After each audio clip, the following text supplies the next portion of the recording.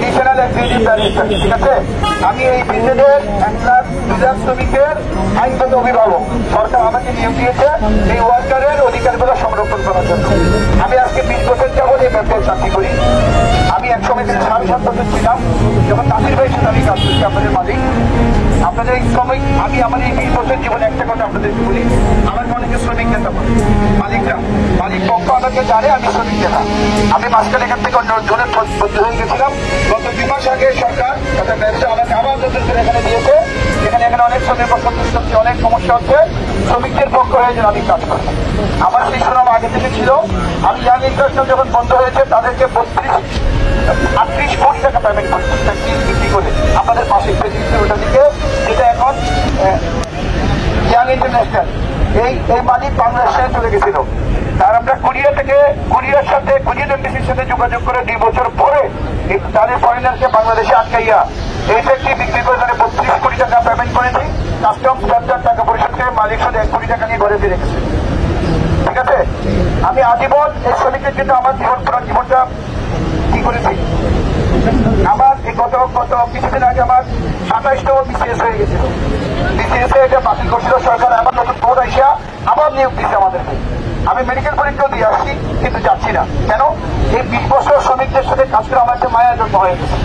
আমি মনে করি আমার জন্ম হয়েছে শ্রমিকদের কাজ করার জন্য। কেন? আমি বরাদ্দ চেয়ারে বলবো, ওখানে অনেক সুযোগ সুবিধা পাবো, কিন্তু এই শ্রমিকদের জন্য কাজ করে, যাদের জন্য কাজ করার কেউ নাই, তাদের জন্য যদি কাজ করি আমি দুনিয়াতে পাবো, আখেরাতে পাবো, ঠিক আছে। যেমন গত যে মজুরি কাঠামো হয়েছে, এই মজুরি কাঠামো যদি আপনার নতুন বেতন দিতে হয়েছে, এইটা কনসালটেন্ট হিসেবে তার থেকে আমাদের 3 জনকে নিয়োগ দিচ্ছিল, আমি তার একজন। এটা আপনারা এখন নতুন বৃত্তিপ্রাপ্ত যে মজুরি পাচ্ছেন, 10% ইনক্রিমেন্ট পাচ্ছেন, এটা আমার হাতে তৈরি করা, ঠিক আছে। আপনি হয়তো আমাকে চোখে দেখেন নাই, আমি সবসময় আমি দেখার দরকার নেই, আমি কি জানি আল্লাহ দেখতেছে, সৃষ্টিকর্তা দেখতেছে। আমার এই খেটে খাওয়া মানুষের জন্য কথা বলার কেউ নেই, মালিকের জন্য কথা বলার অনেকে আছে। আমার এই খেটে খাওয়া মানুষের সাথে কথা বলার কেউ নাই। আমার স্যার একটা কথা বলছেন, প্যাসিফিক জিন্সের প্যান্ট উনি বিদেশে থেকে খুব খুশি হয়েছে, আমিও খুশি হয়েছি। আমি আমার 20 বছর চাকরি জীবনে আপনার প্যাসিফিক জিন্স, আমার জিন্স প্যান্ট খুব পছন্দ, এই যে আমার পরনের জিন্স প্যান্ট আছে। আমি 20 বছর চাকরি জীবনে প্যাসিফিক জিন্সের একটা প্যান্ট পরি নেই, একটা কারণে পরি নেই। কেন জানেন? আমি যদি তার একটা প্যান্ট পরি, আমি তার প্রতি একটু হলেও আমি তো বল থাকবো, আমি শ্রমিকের পক্ষে কথা বলতে পারবো না যে আমি তার একটা প্যান্ট পরেছি। সেই জন্য আমি আমার চাকরি জীবনে 20 বছর একটা কোনো কোম্পানির প্রোডাক্ট আমি এখনো পর্যন্ত ব্যবহার করিনি। সুবিধা নেওয়া তো দূরের কথা, একটা প্যান্ট প্রোডাক্টও, শার্ট প্যান্ট জুতা কিছুই ব্যবহার করি নাই। কেন? আমার একটা বিশ্বাস, আমি যদি মালিকের কাছে বিক্রি হয়ে যাই, তাহলে আমি শ্রমিকের জন্য শক্ত ভাষায় কথা বলতে পারবো না। কেস 2000 যেদিন গন্ডগোল হয়েছে, ওই দিনেই ফ্যাক্টরি বন্ধ হয়ে যাওয়ার সিদ্ধান্ত ছিল, ঠিক আছে। মালিক চেয়েছিল, আমি স্ট্রংলি প্রোটেস্ট করছি, কোনোভাবেই ফ্যাক্টরি বন্ধ করা যাবে না। মালিকের সাথে আমার তান্ত্রিকের সাথে একাধিকবার হয়েছে, উনি বলছে আমাকে নিরাপত্তা দেন। তাহলে এটা আমার ম্যানেজমেন্ট মাইক আছে, এই নিরাপত্তা আপনি দিবেন, আপনাকে চাবি দিলাম, আপনি ফ্যাক্টরি চালান। উনি একটু ভয় আছে। ওনার বক্তব্য হচ্ছে আমি ভাই একজন মালিক, আমার পক্ষে 8টা ফ্যাক্টরির 30-35 হাজার ওয়ার্কের হ্যান্ডেল করা সম্ভব না, এখানে আমার ম্যানেজমেন্ট থাকবে। এখন ম্যানেজমেন্টকে ধরে ধরে যে লোককে মারধর করে, তাহলে আমি গিয়ে কি 8টা ফ্যাক্টরি চালাইতে পারবো? আমাকে আপনার নিশ্চয়তা দিতে হবে, আমার ম্যানেজমেন্ট এখানে ইনসিডেন্ট ফিল করবে না। কারো বিরুদ্ধে যদি সুনির্দিষ্ট অভিযোগ থাকে, আমি মালিক বসে আছি, আমি দেখতেছি, আমার প্রত্যেকটা ফ্যাক্টরিতে আমার গোয়েন্দা আছে, আমি তথ্য পাচ্ছি। ম্যানেজমেন্ট যে কথা বলতেছে আমার কথা, ম্যানেজমেন্ট যদি আমার কথার বাইরে একটা শব্দ বলেছে, এখানে চাকরিতে থাকতে পারবে? উনি বলতেছে পুলিশ মামলা করছে, এখানে আমার কি করার থাকতে পারে? আমার কথাই চলে, পুলিশকে আমার কথাই চলে না। সুতরাং পুলিশকে আমরা রিকোয়েস্ট করছি, ওনার মামলা খুব দ্রুত এটা সেটেল করে দেবে। আরেকটা পয়েন্ট ছিল, এটা একদম শেষ ক্লোজ, ওনারা পুলিশের উদ্বোধন কর্তৃপক্ষকে ওনাদেরকে জানানো হয়েছে, এটা দ্রুত তদন্ত করে এটা ফাইনাল রিপোর্ট দিয়ে দাও। সুতরাং এটা কিছু প্রসেস আছে, প্রধান যিনি উনি আপনাদেরকে বলে গেছে, প্রসেস শেষ করে দ্রুত দেখবেন। যে যদি একটু কথা আপনাদেরকে প্রশ্ন করি, যেদিন পুলিশের ইন্ডাস্ট্রিয়াল পরিষদ প্রধান, ওনাকে আমি ফোন করে ডেকে নিয়ে আসছিলাম, ভাই আপনি একটু আসেন, যেহেতু মামলা আপনার, আমরা কথা বললে ওয়ার্কাররা বিশ্বাস করবে না। উনি যেদিন কথা ছিল, এর করতে যে একটা চলে বাসীকে পুলিশ গেছে যায় নাই, একজনের কাছে ফোন আসছে, বলছিল এটা ভুয়া, এটা এখানে আপনাদের ফোনের জন্য ফোন করে তাকে মিথ্যা হয় পয়সা কাছে দুষ্টামি করছে। পরে পুলিশ চেক করে দেখতে পাচ্ছে এনএসটির ওখান থেকে বেসিক কিন্তু এখানে লোকেশন দেখাচ্ছিল মোবাইলটা, ঠিক আছে। সুতরাং ওটাও সেটেল। আরেকটা পয়েন্ট ছিল আপনাদের ওয়ার্কার থেকে অন্য সেকশনে বদলি না করা, এটাও সেটেল। মানে মোদী সরকারের ঘোষণা দিচ্ছে, প্রথমে ম্যানেজমেন্ট সিগনেচার করছিল, আমি ওখানে ভিতরে বসে আপনাদের নোটিশ লাগাইয়া তানভীরের সাথে স্বাক্ষর করাইয়া এই নোটিশ আমার সার্কুলেট করাইলাম। তানভীরের প্রথমে রাখা হয় না, বলছে আমি কেন করতে হবে, আমার ম্যানেজমেন্ট আছে না। আমি যেহেতু ওয়ার্কারেরা আপনাকে বিশ্বাস করতেছে, আপনি একটু স্বাক্ষর করে দেন।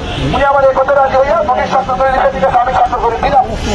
এখন ওনার একটাই পয়েন্ট, আমাদের ম্যানেজমেন্টে শান্তিপূর্ণভাবে ওখানে গিয়ে কাজ করতে পারবে এই নিশ্চয়তাকে আরেকটা প্রশ্ন করেছেন ফ্যাক্টরি কাজ। আমরা কি সবাই হাত তুলে বলতে পারি ফ্যাক্টরি আমার, ফ্যাক্টরি আমাদের আমাদের। সুতরাং এটাকে আমরা যদি ওন করি, আমরা যদি ওন করি এটা আমার ফ্যাক্টরি, এটা যদি আমার ফ্যাক্টরি। আপনারা মনে করেন কি জানি না, আমি মনে করি এই ভিতরে 139টা ফ্যাক্টরি আমার ফ্যাক্টরি, এটা আমার রক্তের সাথে জড়িয়ে আছে। কেন? এখান থেকে আমি বেতন পাই শ্রমিকদের দেখাশোনা করার জন্য, এটা নিয়ে আমার মা বাচ্চা চলে। আমার রক্তে, আমার সন্তানের রক্তে এই নুন আছে। এখানে আমি শ্রমিকদের জন্য কাজ করি বলে সরকার আমাকে বেতন দেখে আমার মা বাচ্চা চলে। আমি যে শ্রমিকদের অধিকার সংরক্ষণ করতে না পারি সরকার কর্মকর্তা হিসেবে, তাহলে আমার বেতনটাই হারাম হবে না। আমার সন্তানের রক্ত হারাম রক্ত ঢুকবে, এটা আমি হতে চাই না। আমরা চাই শ্রমিকের পক্ষে কাজ করতে। তবে আপনাদের কাছে আমার বিনীত করজোড়ে অনুরোধ, আপনারা আমার শক্তি, আপনারা আমার শক্তি। মালিক এখন অপেক্ষা করতেছে, মালিক দেখতে চাচ্ছে আমার শ্রমিকদের শান্ত কিনা। আপনারা যদি এটা কিভাবে বুঝবে, আপনারা যদি এখানে 500, 1000, 10,000 জড়ো হন সাবধানে বলে দেবে না, আপনাদের কেন আসার দরকার নেই, চুপচাপ পাশে অবস্থান করেন। একদিনের মধ্যে ইনশাল্লাহ একটা ভালো নিউজ পাবেন। তবে আপনারা একটা কাজ করবেন, এটা আমি ব্যক্তিগত কিছু করবেন। আপনারা যে গ্রুপ প্রতিবাদে আসে না, লেখবেন মালিকের কাছে আবেদন করেন, স্যার এটা আমাদের ব্যক্তি, আমরা জীবন দিয়ে হলে ব্যক্তি রক্ষা করবো, কাজে কোনো দুষ্কৃতিকারীকে ব্যক্তিকে বিশৃঙ্খলা তৈরি করতে দিব না। এটা আমাদের রক্ত। আমি আজকে আমি বলবো আপনারা ভালো হচ্ছে, ভালো হলে 30 বছর কেমন চাকরি করতে হবে। মানুষ যদি ভালো না হয় তাহলে কিন্তু 30 বছর চাকরি করতে হবে। মালিকও বলো, শ্রমিকও বলো, শ্রমিক যদি খারাপ হইতো সে এই ব্যক্তিকে 30 বছর চাকরি করতে পারতো না। আপনি মালিক খারাপ হইতো সে 30 বছর থেকে করতে পারতো না। তার মানে মালিকও বলো, শ্রমিকও বলো, মাঝখানে অল্প কজন শ্রমিক আমাদের ভাই হয়তো কম বুঝতেছে, হয়তো বুঝতে আমি তারা খারাপ বলবো, আমি বলবো তারা হয়তো বুঝতেছে না, তাদের একটা আবেগ বেশি, তারা বুঝতেছে না। আমি 30,000 লোকের জীবন জীবিকা নষ্ট হয়ে যাবে, আমাদেরকে ধৈর্যের পয়সা দিতে হবে। আপনাদেরকে তাদেরকে বোঝাইতে হবে, মারধর করবেন না, বোঝাবেন তাদেরকে, বোঝাইয়া ভাই আল্লাহর রাস্তা তুই আমাদের দিক নষ্ট করিস না, তোর যদি পছন্দ না হয় ভাই তুই একটু ঠান্ডা না, প্রিয় চাকরি করে আমরা করি, আমাদের দিক নষ্ট করিস না। পরিশেষে আমি আপনাদেরকে বলবো আপনারা কোনো গুজবের কান দিবেন না। এই যে একটা শ্রমিক মারে ঘুমুরি গেছে, এই হচ্ছে একটা গুজব ছড়াইয়া একটা বিশৃঙ্খলা তৈরি করে আপনার টাকা পয়সা তাদের করে কিছু হয়েছে, ঠিক আছে? আমরা আছি, আপনি একটা জিনিস মনে রাখবেন, ব্যবসা এই শ্রমিকের জন্যই কাজ করে, কারণ শ্রমিক যদি না থাকে এই ব্যবসার কোনো অফিস আছে থাকবে, আমরা বুঝি না, অবশ্যই বুঝি। হয়তো আপনাদের মাঝে আমাদের কথা গ্যাপ হয়ে যাবে, ওখানে বুঝাই করতে হবে। আমাদের অনেক সময় সীমাবদ্ধতা থাকে, আমরা মালিককে অনেক ক্ষেত্রে রাজি করাতে পারি না, ঠিক আছে? অনেক দাবি আছে যেগুলো মালিক রাজি হইতে পারে না, করাইতে পারি না, তখন আপনারা মনে করেন যে কথাতে কিছুই করতেছেন, আসলে না। আমাদেরকে দুই পক্ষের মাঝখানে থেকে আপনাকে যেমন শুনতে হয় ওইটা শুনতে হয়, শুনে ওটাকে আবার রাজি করাইতে হবে ব্যক্তি করার জন্য। পরিশেষে আমি বলবো আজকে আপনারা সবাই বাড়ি চলে যাবেন, সবাই বাড়ি চলে যাবেন ইনশাআল্লাহ। অতি শীঘ্রই ফ্যাক্টরি খুলবে, আমি তারিখটা আমি মনে করি মালিক যখন নিরাপদ মনে করবে তখন মালিক করবে। আপনাদের কি দায়িত্ব?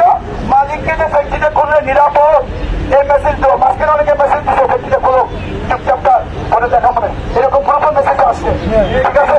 এই ধরনের কোনো আতঙ্কজনক মেসেজ আপনারা আসতে দিবেন না। ভালো মেসেজ দেন, আপনারা বলেন এই ফ্যাক্টরিকে আমরা উন করি, এটা আমাদের পরিবার।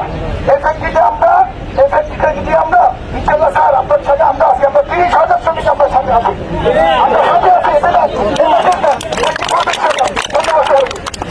ওকে, আমরা এখন তাহলে বাসায় চলে যাবো, ঠিক আছে? বাসায় চলে যাবো।